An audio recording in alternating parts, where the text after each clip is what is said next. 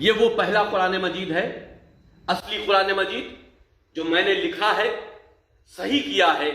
یہ پہلی کتاب اس کی چھپ کر آئی ہے۔ اس کو ہم مسلم پرسنل لا بورڈ کے ادھیش کو بھیج رہے ہیں کہ اس کو پڑھے اور اس کا ادھین کرے کہ ان میں سے جو ہم نے 26 آیتوں کو نکالا ہے اس سے اس میں کیا فرق پڑ گیا، اور جو ہم نے اس کے سورے ٹھیک کیے ہیں جو پہلے قرآن مجید میں کرم وائز صحیح نہیں تھے، جن کو پہلے خلیفہ ابو بکر، دوسرے خلیفہ عمر اور تیسرے خلیفہ عثمان نے اللہ کی آیتوں کو کلیکٹ کر کے کتابی شکل میں بنایا تھا تاکہ وہ دوسرے غیر مسلمانوں ملک پر حملہ کر سکے، وہاں قتل و عام کر سکے، ان کی عبادت گاہوں کو توڑ سکے اور وہاں لوٹ کر سکے، اور بعد میں یہ کہہ سکے کہ یہ تو ہمارے قرآن مجید میں لکھا تھا۔ ہم نے ان 26 آیتوں کو اس طرح سے اس میں سے نکال دیا ہے، اور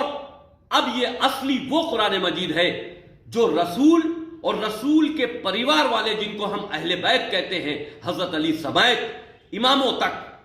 ان کے چرتر پر آدھارت ہے، کیونکہ نہ رسول نے، نہ حضرت علی نے، نہ کسی بھی ان کی اولادوں میں کسی امام نے کسی کو یہ کہہ کر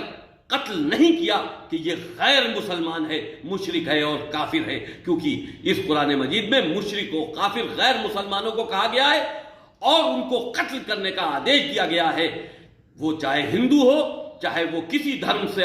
سے سمبندھت ہو، اگر قرآن نہیں مانتا ہے تو وہ مشرک و کافر ہے۔ اس لیے